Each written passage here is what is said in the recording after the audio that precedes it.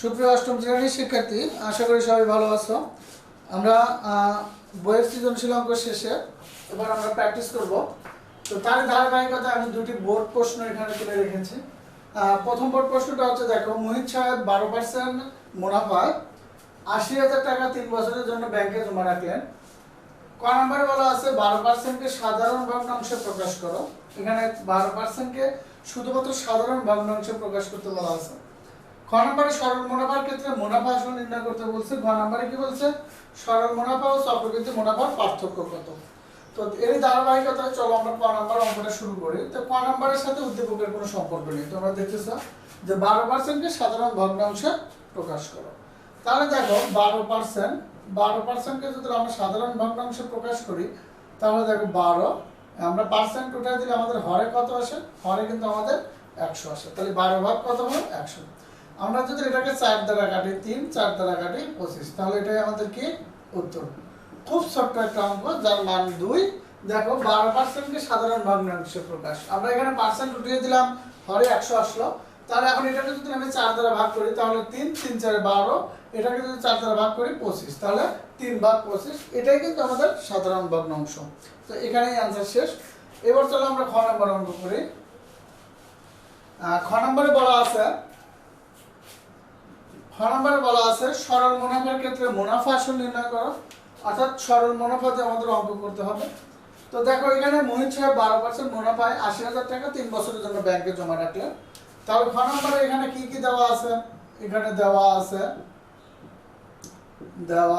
আছে আসলকে আমরা কি জানি? পি ধরি। 80,000 টাকা, আসল 80,000 টাকা দেওয়া আছে। মুনাফার হারটা 12% দেওয়া আছে। তাহলে মুনাফার হারকে আমরা আর দ্বারা প্রকাশ করি, এটা 12%। তো 12%কে আমরা লিখতে পারি 12 ভাগ 100। তো আমরা যদি এই 12 ভাগ 100কে যদি 12কে আমরা 100 দ্বারা ভাগ করি, তাহলে আমাদের কি আসে? 0.12। তোমরা ক্যালকুলেটরে করলে এটা পাবা। আর দেখো সময় দেওয়া আছে। সময় আমরা জানি n। কত বছর দেওয়া আছে? 3 বছর দেওয়া আছে। 3 বছর দেওয়া আছে। কি চাইছে? মুনাফা আসল। তো আমরা জানি মুনাফা আসলের সূত্র জানি, কিন্তু তাহলে আমরা লিখতে পারি, আমরা জানি মুনাফা আসলকে কি দ্বারা প্রকাশ করি? আমরা এ দ্বারা প্রকাশ করি। তাহলে মুনাফার আসলের সূত্র কি? মুনাফা যোগ আসল। তাহলে মুনাফাকে আমরা আয় দ্বারা প্রকাশ করি, তাহলে আয়, এবং আসলকে পি দ্বারা প্রকাশ করি, পি। তাহলে আয় যোগ পি। এখানে তাহলে আয় সূত্র জানি আমরা। আয়ের সূত্র কি জানি? আয় সমান জানি পি আর এন প্লাস এই পি পি। তো এখন যদি আমরা পিটা কমন নেই, তাহলে দেখো এখানে আর এন যোগ 1, অর্থাৎ পি থেকে পি কমন গেলে কত থাকে? 1 থাকে। তো এবার আমরা যদি মানগুলো বসাই, দেখো এখানে পি এর মান কত? 80,000। তাহলে এখানে আমি 80,000 লিখলাম। আর এর মান কত? 0.12 গুণন এন এর মান কত? 3 যোগ 1। আমি কিন্তু মানগুলো বসিয়ে দিয়েছি। তো এবার দেখো এখানে কত? 80,000 গুণন, এটা যদি আমরা 3 দ্বারা এটাকে গুণ করে 1 এর সাথে যোগ করি, তাহলে আমার আসে 1.36। 1.36 তোমরা ক্যালকুলেটরে করো। দেখো আবারও বলি, 0.12 কে আমরা 3 দ্বারা গুণ করব। কত দ্বারা গুণ করব? 3 দ্বারা। তার সাথে কত যোগ করব? 1 যোগ করব। যদি যোগ করি তাহলে এটা আমার আসে। এবার ক্যালকুলেটরে 80,000 এর সাথে আমি যদি 1.06 গুণ করি, তাহলে আমার কি আসে? দেখো 108800, অর্থাৎ এখানে কত আসলো? 1,08,800 টাকা। 1,08,800 টাকা, এটাই আমার উত্তর। অর্থাৎ আমাকে কি বলা হয়েছিল? আমি যদি ব্যাংকে 12% মুনাফায় 3 বছরের জন্য 80,000 টাকা রাখি, ঠিক 3 বছর পরে আমার মুনাফা সহ আমি পাবো 1,08,800 টাকা। 1,08,800 টাকা আমি পাবো। এটাই কিন্তু এখানে চাওয়া হয়েছিল যে মুনাফা আসল নির্ণয় করো। এবার দেখো গ নম্বরে কি বলছে? সরল মুনাফা ও চক্রবৃদ্ধি মুনাফার পার্থক্য কত। অর্থাৎ এই 12%-এ 3 বছরে 80,000 টাকার সরল মুনাফা কত আর চক্রবৃদ্ধি মুনাফা কত, এবং এদের পার্থক্যটা কত। তাহলে চলো, আমাদের কিন্তু এই তথ্যগুলো থাকবে যে এখানে দেওয়া আছে আসল পি সমান 80,000, মুনাফার হার সময় n 3 বছর। তাহলে আমরা এগুলো না মুছে গ নাম্বার দিলাম। তোমরা কিন্তু খাতায় নতুন ভাবে লিখবা, তাহলে এটা আমার তথ্য আমার থেকে গেল। এই তথ্যটা কিন্তু তোমাকে পুনরায় লিখতে হবে গ নাম্বারের জন্য। তাহলে আমরা লিখতে পারি সরল মুনাফা, সরল মুনাফা, সরল মুনাফাকে কি দ্বারা প্রকাশ করি? আয় দ্বারা, কি PRN। তাহলে p এর মান কত? ৮০,০০০, আর এর মান 0.12, n এর মান কত? 3। তাহলে এটা আমাদের সরল মুনাফা। আর এখানে সরল মুনাফা কত আসবে? ২৮,৮০০ টাকা। ২৮,৮০০। আমাদের সরল মুনাফাটা কত আসবে? ২৮,৮০০ টাকা। দেখো আমাদের শুধু এখানে মুনাফাটাই আসবে ২৮,৮০০ টাকা।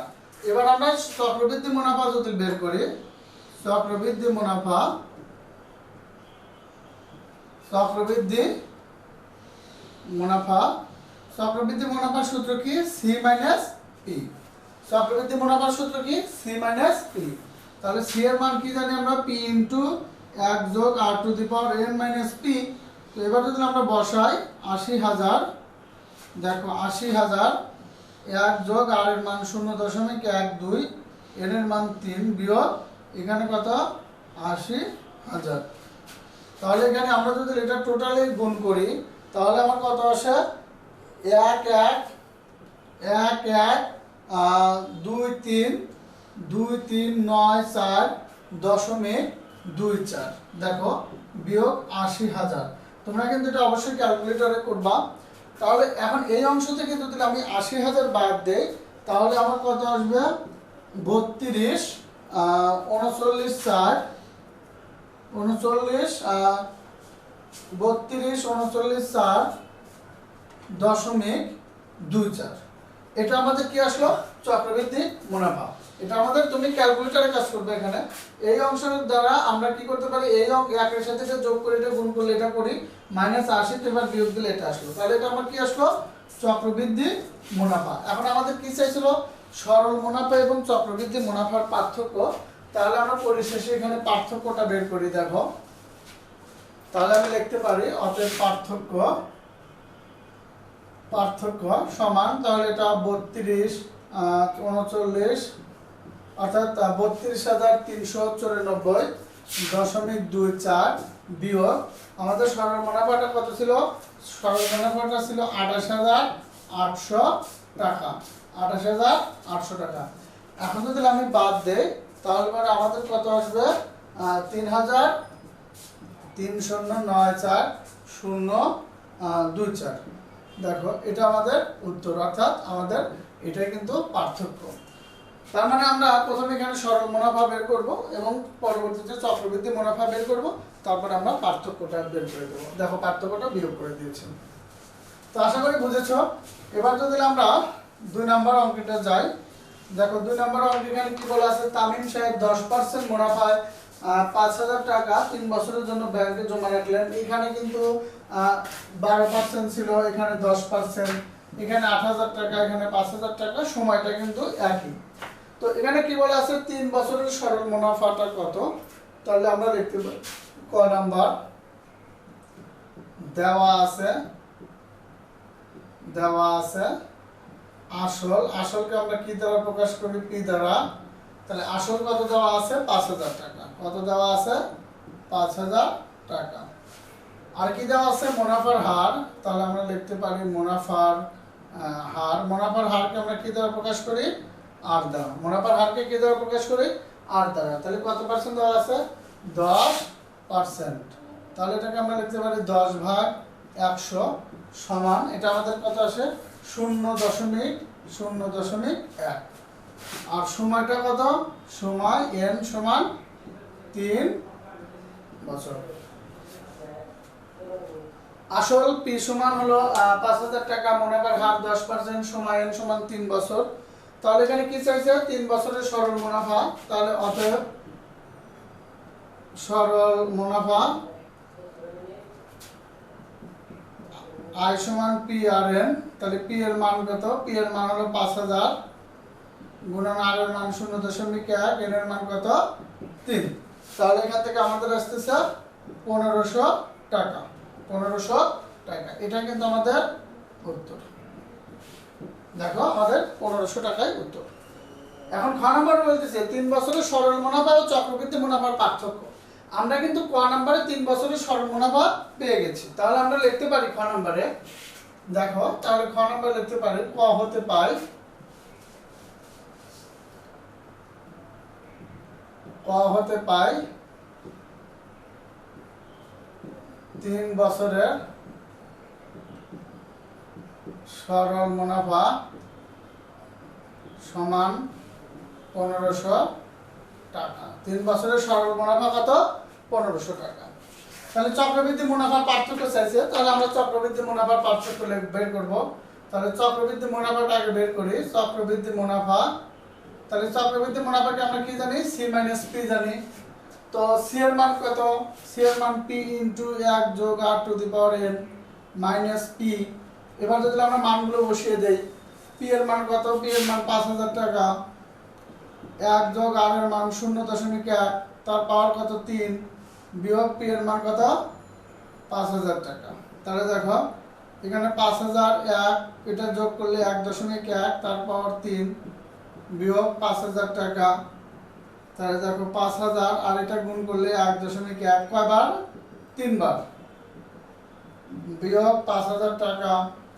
তাহলে এখন এটাকে যদি আমরা পুরোপুরি ভাবে গুণ করি তাহলে আমাদের কত আসে? 6655 টাকা বিয়োগ 5000 টাকা। এটাকে বিয়োগ করলে 1655। তো এই 1655টা আমাদের কি আসলো? চক্রবৃদ্ধি মুনাফা। যেহেতু আমাদের ওইখানে পার্থক্য চাওয়া হয়েছে, চক্রবৃদ্ধি এবং সরল মুনাফার পার্থক্য, তাহলে আমরা লিখতে পারি পার্থক্য।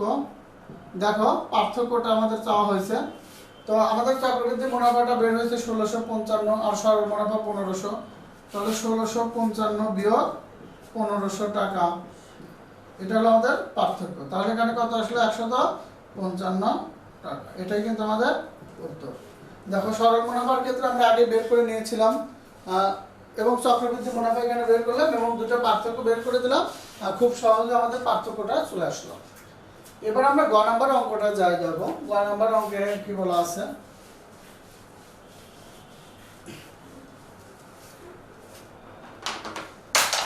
গ নাম্বার অঙ্কটা বলা আছে একই হার মুনাফায়, একই হার বলতে যে টাকা কত বছরে, বছরটা চাওয়া হয়েছে উক্ত আসল, আসল যেটা এটা, তাহলে এখানে দেওয়া আছে, আমরা লিখতে পারি আসল পি সমান কত? 5000 টাকা। মুনাফার হারটা কত আছে? আমরা লিখতে পারি মুনাফার হার, মুনাফার হারকে আমরা কি দ্বারা প্রকাশ করি? r দ্বারা, 0.1। এখানে বলতে উক্ত আসল, উক্ত আসল বলতে কোন আসল? এই আসল। মুনাফা আসলে কত হবে? 3 গুণ হবে। তাহলে আমরা লিখতে পারি মুনাফা আসল, মুনাফা আসল হবে আসলের 3 গুণ। তাহলে আসল গুণন 3, তাহলে কত হলো? 15000 টাকা। তাহলে দেখো 15000 টাকা যদি মুনাফা আসল হয়, আসল যদি 5000 হয়, তাহলে মুনাফা কত? মুনাফা কত? মুনাফা আসবে হলো, মুনাফাকে আমরা আয় দ্বারা প্রকাশ করি। মুনাফা আসবে 15000 বিয়োগ 5000, তাহলে কত আসলো? 10000 টাকা। এখন কি চাওয়া হয়েছে? কত বছরে? তাহলে বছর চাওয়া হয়েছে, এর মান। তাহলে আমরা জানি n সমান i ডিভাইডেড পি আর। দেখো i ডিভাইডেড পি আর, তাহলে i এর মান কত? i এর মান কিন্তু আমাদের 10000, পি এর মান কত? 5000, আর এর মান 0.1। তাহলে এখানে 10000ই থাকুক, গুণন দশমিক উঠাই দিলে উপরে 1, 1 এর পরে দশমিকের পরে 1 ঘর আছে 1 শূন্য, আর নিচে কত? 5000 গুণন 1। তাহলে দেখো 1 2 3 0, 1 2 3 0, আর 5 থাকলো, 5 দ্বারা 100 কে ভাগ করলে কত হয়? 20 হয়। তাহলে 20, দেখো তাহলে 20 বছর। তাহলে উত্তরটা কি হবে? উত্তরটা হবে 20 বছর, যেহেতু আমাদের বছরটা চাওয়া হয়েছিল। তো এরকম অঙ্ক তোমাদের বইয়ের গাইডে অনেক আছে, সাপ্লিমেন্টে আছে। তারপরেও একটা সাপ্লিমেন্ট কিনে হিউজ পরিমাণে এই অঙ্কগুলো প্র্যাকটিস করতে হবে। আর তোমরা জানো এখান থেকে 10 মার্কের প্রশ্ন অবশ্যই হয়। তো আশা করি সবাই বুঝেছো। তারপরে যদি কোনো প্রবলেম থাকে অবশ্যই জানাবা। সবাইকে ধন্যবাদ।